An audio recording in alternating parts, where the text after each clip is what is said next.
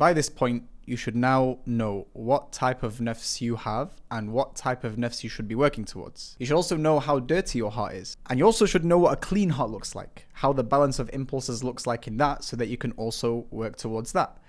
But before we jump into anything specific, I'm going to share with you 6 non-negotiables that you must start implementing in your life from now, literally from now. And the reason why I'm mentioning this at the beginning, even though the book we're studying mentions it towards the end, is that because the scholars have described these 6 things as the root cures of all diseases of the heart. So if you can implement these 6 things, you are well on your way to achieving level 3 of the nafs, and you always have a baseline to refer to. These 6 things should be part of your day-to-day regular life. And so please pay attention and take everything I tell you seriously. So the first non-negotiable thing is to allow yourself to be hungry more often. Let's rewind for a second. We said that the nafs is the part of us that desires things, correct? And we also said that the nafs is like a baby that depends on breast milk. And for it to stop depending on breast milk, it has to be trained by restraining the baby from the milk and feeding it solid food instead until it becomes independent from breast milk, correct? Considering that hunger is one of the strongest human desires, restraining yourself from fulfilling that desire from the nafs and allowing yourself to voluntarily be more hungry is one of the best ways to train your nafs and allow it to start transcending the higher levels. And so there's no wonder why fasting is heavily emphasized in Islam. If you think about it, what was the thing that the Prophet ﷺ prescribed for the people who struggle to get married? Fasting, right? The desire of wanting to get married can sometimes be extremely strong, and the remedy that the Prophet ﷺ gave is fasting. Why? Because it's one of the best ways to take control of your nafs and to keep your desires at bay. And so it allows you to transcend like that. And let's not forget as well that fasting itself is actually one of the greatest acts of worship. The Prophet ﷺ, he said, قال Allah, Allah has said that every single deed of the son of Adam is for him, except for fasting. Fasting is for me. Allah is saying fasting is for me and I will reward for fasting. Allah's taken it upon himself to reward the person who fasts for him. And considering that this is one deed that Allah has attributed to himself compared to every other deed, it means that the reward is something very special and very great without a shadow of a doubt. And the Prophet Muhammad ﷺ, he said as well, إِنَّمَا الصِّيَامُ جُنَّةٌ. Verily, indeed, fasting is a shield. From what? From the hellfire.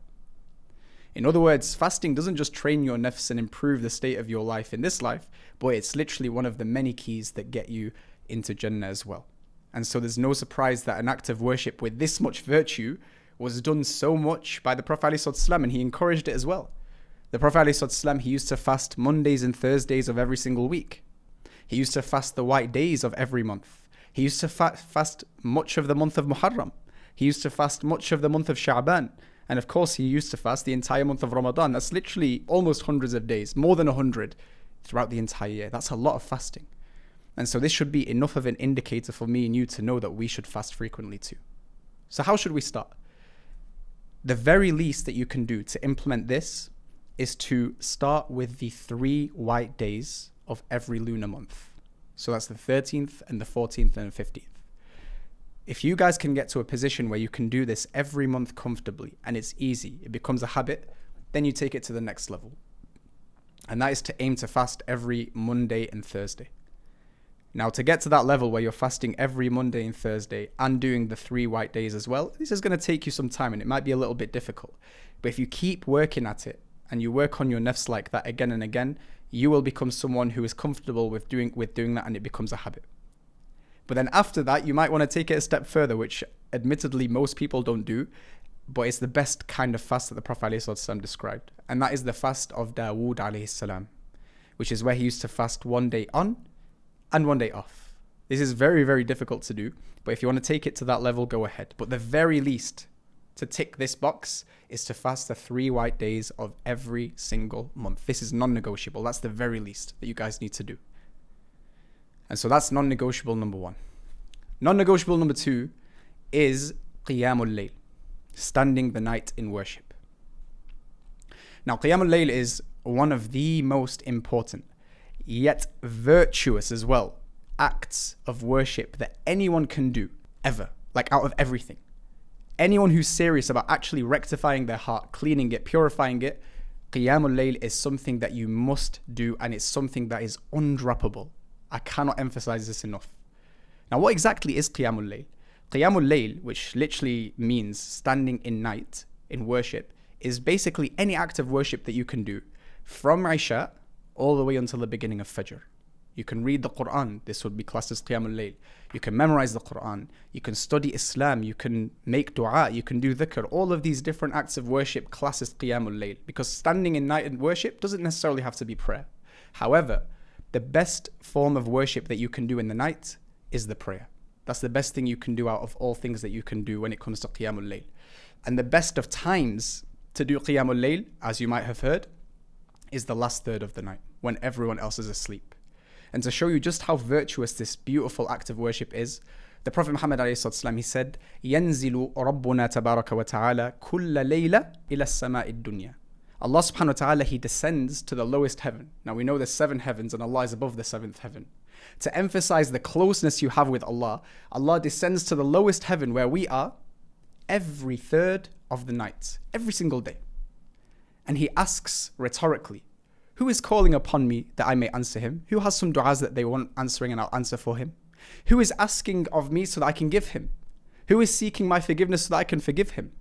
These are all rhetorical questions to show you that if you truly, truly want the mercy of Allah, you truly want to be close to him, you truly want your du'as to be accepted, this is the time to get up and this is the time to do your worship. This one hadith that I've mentioned to you truly emphasizes the virtue of Qiyamul Layl like no other. In fact, the scholars, they say that praying in the night is the most virtuous prayer after the obligatory prayers as well. But very few are the people who do it. But it makes sense, because just like our desire for food, right? Our desires for sleep is also one of the strongest, if not the strongest desire that any human being can have. And so to voluntarily abandon your sleep, to abandon the warmth of your bed, just to splash your face with cold water and to stand in prayer to Allah subhanahu wa ta'ala when you don't even need to, this is something, of course, that is incredibly difficult, but consequently is one of the best ways to clean your heart and allow your nafs to transcend. In fact, your nafs cannot and will not transcend to the highest levels. If you want to achieve nafs al-mutma'innah, you cannot get there, literally cannot, barrier, unless you dedicate some portion of your night to Allah subhanahu wa ta'ala. So hopefully that's clear. So how should you implement this act of worship? Let's say you want to take the steps necessary to get there. Let's start with the end goal in mind. You want to get to a point where you wake up before Fajr, either by 1 hour or about 30 minutes. That's the end goal, minimum, right? And so how should we get there? The steps I'm going to show you are probably, they're just my recommendation, but they're probably the most efficient ways for you to get there. I want you to start by praying Qiyamul Layl directly after Isha. Remember how we said that Qiyamul Layl is from Isha all the way to Fajr? I want you to start implementing just voluntary prayers directly after Isha and getting used to it. Getting used to praying when you don't have to directly after Isha. This can be after you pray. It can be before you sleep. Just make sure you pray something before you sleep or after Isha. 2 units every single day. Keep doing this every single day until it becomes a habit. Full stop. Once it becomes a habit, you then want to pick maybe 2 or 3 days in the week, maybe on a weekend or something like that, and then try and wake up 30 minutes before Fajr. You'll find that at the beginning, sometimes you'll make it, sometimes you won't make it, but you have to keep fighting your nafs until you're able to do it most of the time, and then slowly start to increase the amount of days until you're able to do it every single day. And if you want any sort of motivation, know that the Prophet ﷺ, he said, whoever comes to his bed intending to stand for prayer at night, but his eyes are overcome with sleep until the morning, his intention is recorded for him and his sleep is a charity from Allah subhanahu wa ta'ala. Meaning, if you guys set the intention that I want to wake up for tahajjud tonight, and you don't wake up, sleep overcomes you, Allah will write you and give you the full reward as if you did wake up as well. And so have that in mind as you're maintaining the 2 units, 4 units, whatever have you after Isha, and you try to wake up every day and you might miss it, just the very intention that you had of wanting to wake up, Allah writes it for you even if you don't manage to make it. So let that be fuel, motivation for you to eventually get there, inshallah, okay? So that's non-negotiable number 2. As for non-negotiable number 3, this is an interesting one. This is where you should be quiet more often, not speaking too much. SubhanAllah, not many people know that speaking too much is something that actually hardens the heart. The Prophet ﷺ, he said, "La tukthirul kalam." Don't speak too much without mentioning Allah. Because definitely, verily, indeed, talking too much without remembering Allah hardens the heart. And the furthest of people away from Allah subhanahu wa ta'ala is the one with a hard heart. The reality is that the more you speak without the remembrance of Allah subhanahu wa ta'ala, you will make more mistakes. In fact, Umar ibn al-Khattab, what did he say? He said, "I have never regretted my silence. But as for my speech, I've regretted it time and time and time again." This is the reality. When you guys speak a lot, you might find that you start to waste a lot of time in which you could be doing good. Or you might find that you start to speak about topics that you don't actually have knowledge about, which is dangerous, especially if it's Islamic knowledge. You might find that you start to share too many opinions to the point where the other person starts to disagree with you and you start arguing when you could have avoided that just by not speaking too much. And you might find that you talk to other people about other people and slip into gossiping and backbiting, which are major sins. The point is that the more you guys talk, the more you will make mistakes. And when we look at the greatest role model for all humanity, the Prophet ﷺ, we find that he, ﷺ, used to be silent for very long periods of time. And whenever he would speak, it's said that you could count the number of words that came out of his mouth because of how few they were. But subhanAllah, these words carried so much weight. Silence is something that we all need to practice. But when we say silence, what exactly does silence mean? In Arabic, there are multiple different words for being silent. So for example, you have sukut or you have samt, right? The silence that we want is samt, because sukut is when you're forced to be silent. Let's say you're in the library making a lot of noise and someone says eskut. You might have heard that Arabic word, be quiet. You're kind of forced. It's kind of enforced on you. And so this is not the type of speech or silence that we're after. We're after samt. Samt is when you choose to be silent in a time where you have something to say, which is very different to sukut and much, much more difficult to do. And this type of samt is mentioned in the hadith, which you all have heard, where the Prophet ﷺ said, "Man kana yu'minu billahi wal yawmil akhir, falyaqul khayran aw liyasmut." You see that last word, yasmut? Whoever believes in Allah and the last day should speak good or remain silent. But you see the word used for silence here? The one where you choose to be quiet in time where you have something to say. If you have something to say and it's not good, don't say it. But what exactly is meant as good speech? It can be many, many things. So for example, it could be kind words. Like let's say you're speaking to your spouse or you have a friend and you say kind words to them, encouraging words. This is good speech. Let's say, for example, you're talking about a topic and people are unsure and you have the knowledge about it. So you give information about that topic. Let's say someone needs some advice and you have good advice that can benefit them. And so you speak that advice. This is also good speech. There's many different types. But the point is that if you choose to control your tongue and to live like this, where you only speak when goodness comes out of your mouth, you don't just find spiritual benefits, but you also find benefits in your dunya too. Universally, people who don't speak that much and only speak goodness are seen as people who are intelligent and wise. I promise you. But not only that, when these people open their mouths, everyone listens to them. Everyone attentively listens to them. Because every word that that person says matters. Whereas if you have someone who just babbles on, just speaks over and over again, and then they open their mouth, people switch off. Like they don't stop listening. And whenever they have something important to say, they don't even pay attention. You see what I mean? And so you get dunya benefits. You benefit from a dunya perspective, and you benefit from a spiritual perspective. And of these spiritual perspectives is that, it reduces your mistakes. And so it reduces your sins. It prevents hardness from the heart, as we've mentioned. It allows your nafs to transcend to the highest levels. And ultimately, it gets you into Jannah. There's literally a hadith that mentions something about the tongue and Jannah. The Prophet ﷺ, he said, "Whoever guarantees for me what is between his jaws and his legs, I can guarantee for him paradise." SubhanAllah. To that level. And so, how can we start implementing being quiet more often? I'm going to share with you 3 steps to make it practical. Step 1 is to make a conscious effort every single day, at least one time, to practice samt.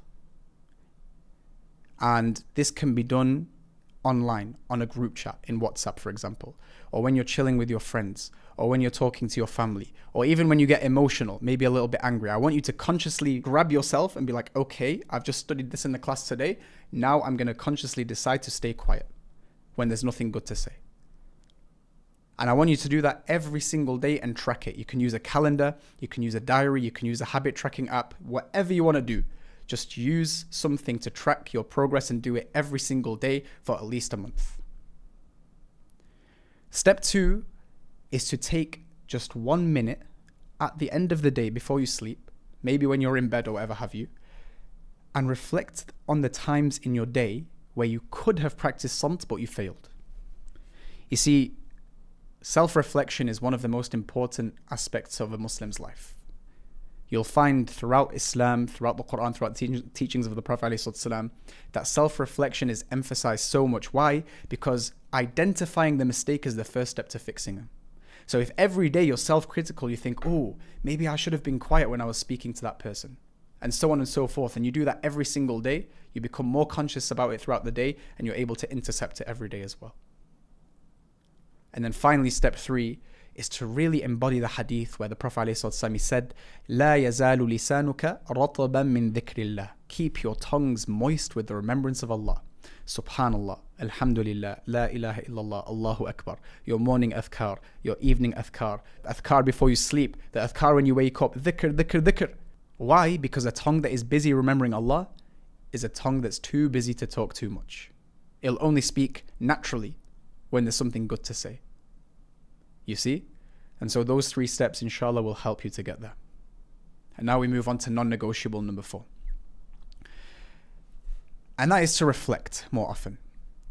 Now, our intellect is the thing that separates us as humans from every other animal on the face of the planet. And subhanAllah, whenever we flick through the Quran, which is the guidance for humanity, every other page, you find that Allah subhanahu wa ta'ala calls us by our intellect. أَفَلَا تَعْقِلُونَ. Do you not reason? أَفَلَا تَتَفَكَّرُونَ. Do you not think? أَفَلَا يَتَدَبَّرُونَ. Do they not reflect? أَفَلَا تُبْصِرُونَ. Do you not understand? And there's many, many other examples. But this emphasis, where it's pretty much on every other page, is why the scholars, they've said that tafakkur, reflecting, is the best act of worship that we can do. How can that be the case? Because one prayer with reflection will benefit you more than 70 years of prayers with no reflection at all. Because that one prayer with reflection will take you to a level of iman much higher than 70 years of robotic praying over and over again without any reflection whatsoever. Reflection is key. And so to give you a summary about this action, I'm going to give you an equation which a lot of you guys might have heard before, especially Omar, which is x plus y equals z. I'm not going to ask you, Omar, to explain this equation. I'll explain it, don't worry. X plus y equals z. This equation applies to every single one of your actions. Everything. Whenever you think action, you should always straight away think x plus y equals z. X is the physical act that you're about to do. Y is the presence of the heart, the reflection aspect. Where is your heart when you do this action? And Z is the fruit or the reward of the action you did. Only when X and Y is present do you get Z. Are you following? So for example, when you guys pray, the act of standing and bowing and going into sujood, this is X, this is the physical action. But in order to get the fruits of the prayer, there has to be contemplation and reflection in your heart. There has to be presence of the heart. If there's no contemplation and reflection, you get no rewards, no fruits. And what is the fruits of prayer? What is the Z of prayer? There are countless. For example, Allah says in the Quran, إِنَّ الصَّلَاةَ تَنْهَى عَنِ الْفَحْشَاءِ وَالْمُنْكَرِ.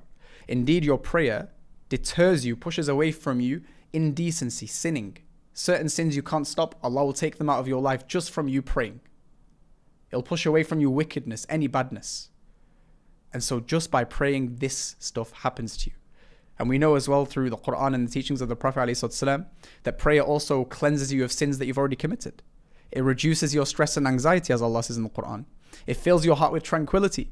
It leads you to love Allah and to be loved by Allah. And it ultimately gets you into Jannah as well. But all of these fruits are only accessible if you apply X and Y at the same time. Because if there's no Y, there's no Z. And that explains why many people, they pray and they don't actually see any benefits from it at all. You see them just getting worse and worse as people. And that's because there's an issue with why, provided that they're praying X 5 times a day, for example. And so X plus Y equals Z applies to every single one of your acts of worship. But it doesn't just apply to acts of worship, by the way. It also applies to regular actions. And if you do it correctly, it actually turns your regular actions into acts of worship too. So it doesn't just apply to, where you're worshipping Allah, it applies to anything and everything. So for example, let's say, I always use this example, but let's say there's a chair in the middle of the room. Moving a chair out of the way is just a regular action. There's nothing to it at all. This is X, right? It's a physical action. But if you make an intention in your heart to move that chair to protect someone from tripping over for the sake of Allah, this is Y. And because you've added the Y to this equation, you now have Z, and you've turned this normal action into an act of worship. And that's why the Sahaba, subhanAllah, they used to be rewarded in their sleep. Why? Because they would worship Allah all day. And then they would make the intention, Ya Allah, I'm going to go to sleep now so I can worship you better tomorrow. And so their sleep becomes an act of worship, and they're rewarded for it as well. SubhanAllah, look at the mercy of Allah subhanahu wa ta'ala. And so can you see how important it is to implement something like this? So the question is, how can we start? There are many different ways that I can explain, many different things that even you can come up with. But my recommendation is going to be very precise. And it's going to be based on the hadith where the Prophet ﷺ said, وَمَا تَقَرَّبَ إِلَيَّ عَبْدِي بِشَيْءٍ أَحَبَّ إِلَيَّ مِمَّا افْتَرَضْتُ عَلَيْهِ. That the most beloved thing that my slave comes nearer to me is with the obligatory acts. This is the best way to get closer to Allah subhanahu wa ta'ala. And then the Prophet ﷺ said that my slave continues to get closer and closer to me through nawafil, through voluntary acts, voluntary prayers, doing more good deeds until I love him. And of course, the love of Allah is a definite way to get into Jannah for eternity, right? And so because of this hadith, I want you to start with your salahs, with your obligatory actions. Pick just one salah every single day. And I want you to just consciously make your heart present right before you start that salah. Ya Allah, I'm going to put my heart and soul into this salah like this and commit to it and really, really focus. Just one salah a day. And then do that day after day after day after day until you become comfortable. Then move on to the next prayer and the next prayer and the next prayer until you have all the 5 prayers. Just you'll see it. You'll taste a sweetness that's undescribable. Wallahi, I promise you. And as you're doing this and working on just one prayer, you can do all sorts of things with reflection as well. You can think about Allah's creation when you're out and about. The fact that we're made from cells. And these cells, they came from a drop of liquid. And the cells, they specialize into different kind of types of cells, which together they create organs. And the organs work together to create organ systems. And these organ systems create different bodies, which create millions of species that we see around us on just this planet alone. And these cells also create plants, which give off oxygen, which gives rise to our atmosphere so me and you can survive. And we have different weather patterns, different seasons, the night and the day, and we can enjoy them all differently. Just look around you in nature and think Allah created this. And you think, subhanallah. Another thing you can reflect on is, how Allah planned your life, how Allah took you from darkness to light, the blessings that Allah has given you in your life, how Allah meticulously balanced them to the point where you are here today. How Allah chose you from billions of people, subhanahu wa ta'ala, to embrace the truth, to be a Muslim, and to lead you onto the path into Jannah. Reflection is something that's non-negotiable, and there's many, many things that you can reflect on, inshallah ta'ala. And that's non-negotiable number 4. Non-negotiable number 5 is to have good company, good friends. I want you to take a moment and just think of your closest friend right now. Who is that person? Are you thinking about them? Now reflect about this verse where Allah subhanahu wa ta'ala, He says, Al-akhillau yawma idhin ba'duhum li ba'din adu. Close friends will be enemies to one another on that day. Enemies, subhanallah. That person that you once used to love so much in this life, you chilled with, you made jokes with, you sought advice from, you found comfort in. This very person that you're thinking of right now could potentially be an enemy to you on the day of judgment for the rest of eternity. Why? Because of the impact that a close friend can have on you. It's not something small. The Prophet ﷺ, he said, الرَّجُلُ عَلَى دِينِ خَلِيلِهِ. A man is upon the way of life of his best friend. Your friend can literally change the way you live your life. And subhanAllah, analogy which I always mention again and again, which I think is one of the greatest analogies, is the analogy of the perfume shop and the blacksmith. The Prophet ﷺ, he said that the example of a good friend and a bad friend is like the perfume shop and a blacksmith. Meaning, if you guys go into a perfume shop, even if you don't choose to buy any perfume, the very least that's going to happen is a nice smell is going to stick onto your clothes when you walk out. There's going to be some positive effect. That's what a good friend is like. If you have a friend who constantly says, oh, I need to pray. Oh, we have to do our afkar. Oh, we have to... And they're constantly remembering Allah. Naturally, it's going to start coming into your mind. Like, actually, you know what? When you're not with that person, I need to pray. Oh, I need to do my afkar. Allah will protect me through this. And it starts to benefit you properly. But then the opposite is also true, that if you have a bad friend, it's like a blacksmith.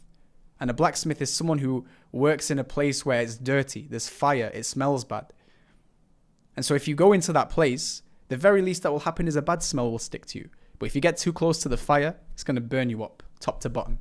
And you have nothing that you can do about it. No control over it whatsoever. So if you have a friend who misses prayers frequently, they don't care. Oh, let's play one more game of Call of Duty. And they're constantly just putting on the back foot things which are important. Eventually, when you go home and you've spent so much time with that person and it's time for prayer and you're in the middle of a Call of Duty game, do you think that you're going to get up and pray? No. And if you live like that and you get too close to the fire, it will destroy you. Your akhirah will be finished and they'll be an enemy to you for the rest of eternity. How many are those people who they once used to pray, and ever since going to uni and mixing with the wrong crowd, they end up abandoning their prayer and going to the clubs and drinking, committing zina? But on the flip side, how many of those are the ones who used to be engrossed in sins, but because of making friends with just one good person, they ended up leaving all of that and becoming of the most practicing of people, praying, striving in the path of Allah subhanahu wa ta'ala. Fixing your close circle is a non-negotiable. You have to surround yourself with righteous people, even if you don't get on with them that well. A famous scholar, he said that it's better for you to move big rocks, heavy rocks, with good people than to eat dessert with wicked people, bad people. Meaning it's better for you to actually struggle and strive with good people, even though you're not enjoying yourself. It's not fun moving big rocks. It's better for you to do that with good people than to just chill around, have some dessert, play some COD with bad people. And this is also captured in the Quran.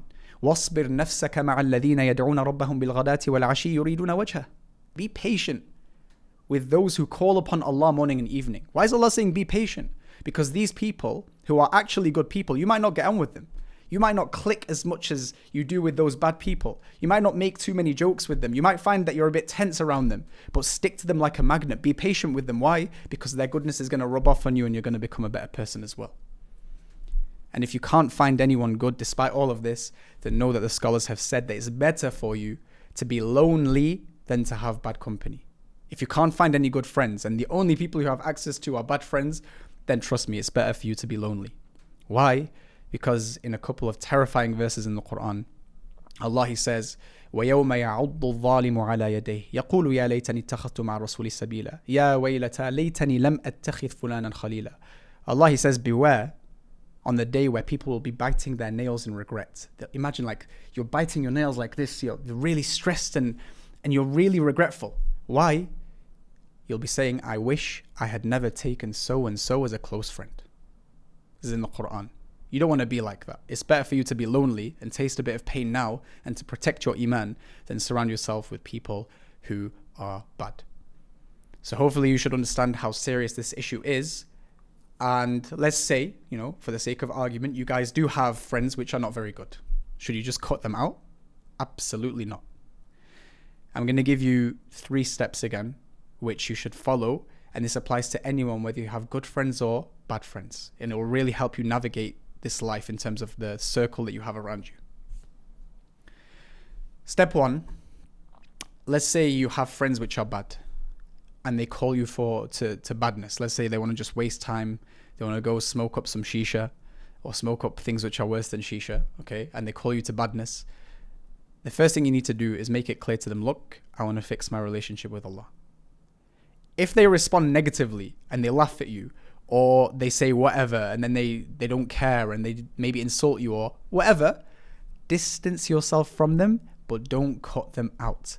Play the advisory role, because if you leave them, then there's other people that they will be left to which might potentially not be very good. Play that role of being someone who advises them from time to time, but always be gentle. Hold them at a distance, but connect with them every now and again, and just give them reminders every now and again. But keep them away, okay? Step 2 is if they do respond positively and they say, you know what? Yeah, maybe we should stop smoking it up. Maybe we should kind of improve our lives. And they want to do the same as you. Then say very well. Spend time with them. But when you spend time with them, you need to be very critical and monitor your time with them and how you're spending your time with each other. Were they sincere when they said that they wanted to do the same as you? If you guys slip up, do you advise each other? Or are things actually changing?